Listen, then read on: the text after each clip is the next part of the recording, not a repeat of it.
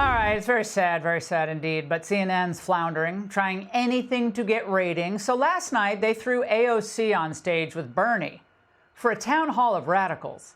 And to start things off, it wasn't just liberal spin, it was literal spin.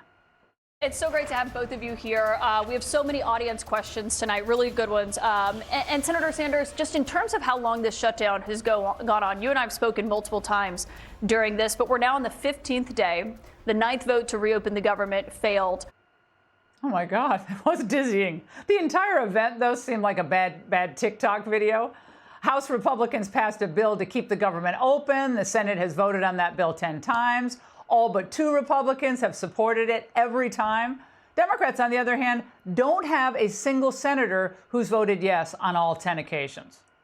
But AOC labored to challenge her Republican colleagues on the shutdown with fierce gesticulation.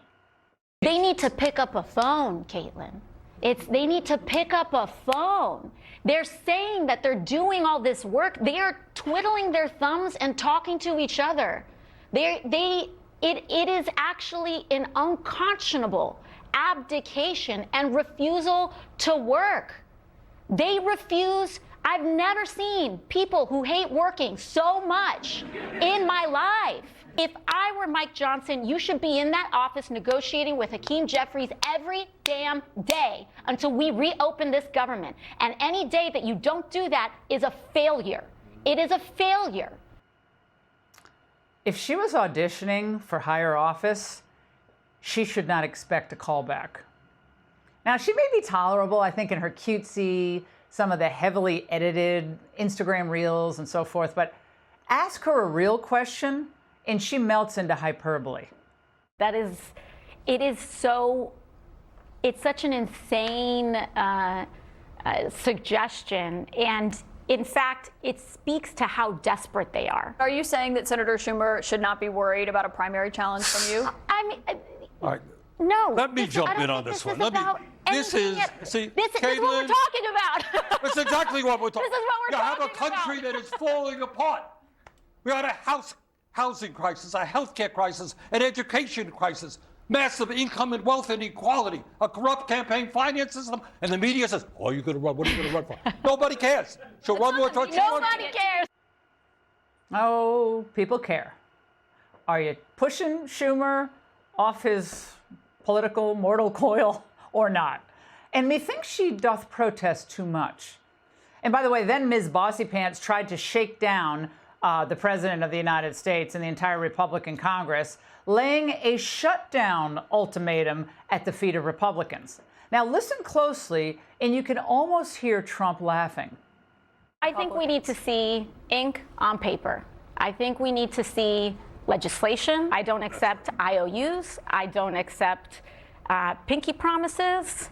That's not the business that I'm in. Okay, so you need a signature from President Trump Absolutely. in order to vote to reopen the government. Correct.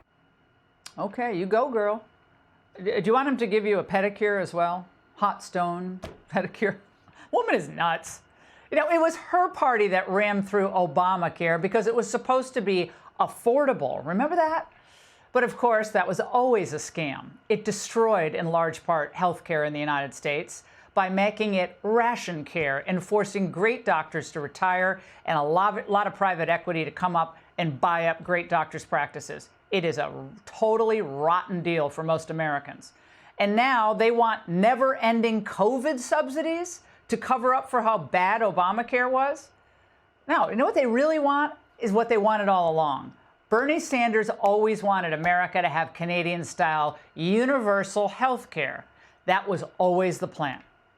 The president should tell them to pound sand and stop holding the government hostage for their fever dreams of giving illegal aliens health care from now until eternity.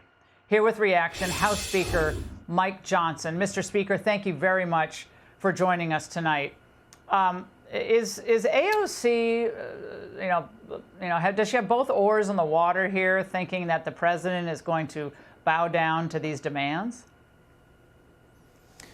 With every ounce of Christian character that I can muster, Laura, let me just say, bless her heart, okay? This would be comical if it were not so dangerous. You're looking at the two leaders of the modern Democratic Party. We say all the time, this is not your father's party. It's not. These guys are full Marxist. You hear how vapid their ideology is, how empty, what empty suits they are, but they are the leaders of the party. They are dragging the rest of the old guard, the old party leaders around by their nose, and they are subservient to their wishes. I mean, Chuck Schumer has picked a fight over this very simple, clean CR to just keep the government funded for 21 additional days till November 21st, 7 more weeks, so that we could get the appropriations process done. And the reason he did it is because he is afraid of that voice you just heard on that stage. He's afraid that AOC is going to challenge him.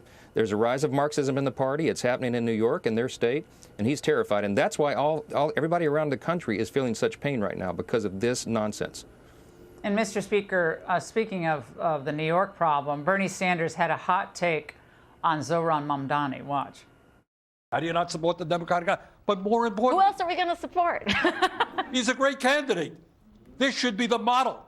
What we want, you know, we got political problems in America. People are giving up on the political process.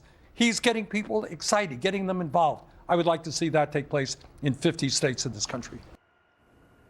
Mr. Speaker, isn't it the case that if Americans don't feel like life year after year is affordable, they can't get ahead, that someone like Mamdani is very slick, smiles through every answer, that his ideology of socialism and freebies that never end, that would look very attractive to them? Yeah, of course. I mean, it's easy to run as a communist. As a socialist, you just go around and promise everyone to everything. What they never stop to explain is that you have to surrender your freedom in exchange for the government taking control of your life. The founders knew a government that can give you everything can take it all away.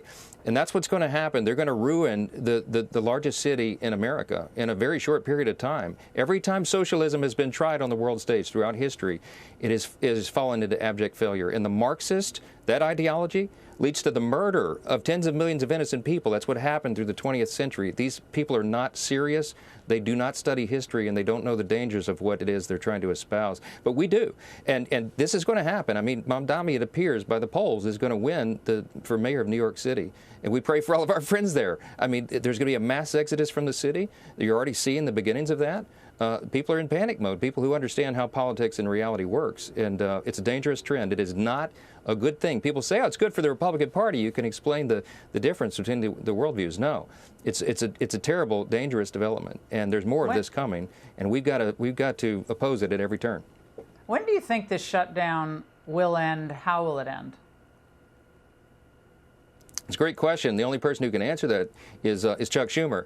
And he's got to get permission from Bernie and AOC, I think, before he can ever vote to open the government again. I'm not sure he ever will, Laura. So we need 5 reasonable Democrats in the Senate to do the right thing and vote to keep the lights on so that we can continue all the debates on all the outstanding issues. We have a lot of things to do, but they've turned the lights off. And real people are hurting. And let's not ever forget the counterproposal that they put on the table is absolute nonsense. They want to spend $1.5 trillion additional dollars on a simple 7-week funding measure.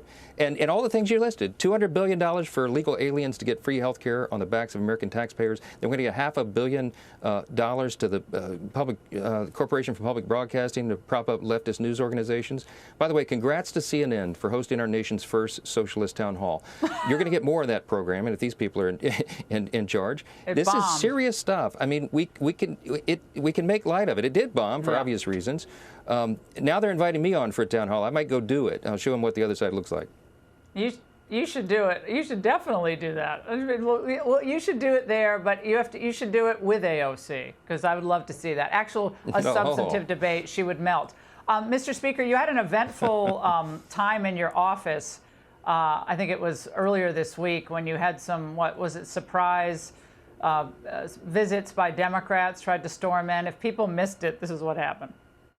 Swear her in. Swear her in. Swear her in. Swear her in. This is a big brouhaha. They were going crazy over this morning on MSNBC about this Congresswoman-elect, Gravala, who has not been sworn in, yet she's been elected to take her father's seat. He passed away. Will she be sworn in anytime soon? And is there a reason for not swearing her in? She'll be sworn in as soon as we get back to legislative session.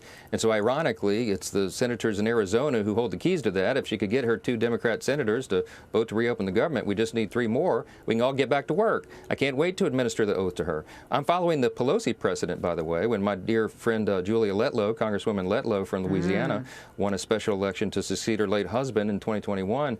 Pelosi took 25 days to swear her in. Nobody had a rant. They didn't go and beat down the doors. We just understood that was part of the legislative process. And that's where we are right now. Rep-elect got elected after the House was out of session. So we'll get back to it as soon as we get everybody returned to the legislative session. But it is Chuck Schumer and the Democrats who decide when the lights are turned back on. And that's the problem. That's what we're waiting on. Mr. Speaker, it's so great to see you tonight. Thank you very much. Hey, Sean Hannity here. Hey, click here to subscribe to Fox News YouTube page and catch our hottest interviews and most compelling analysis. You will not get it anywhere else.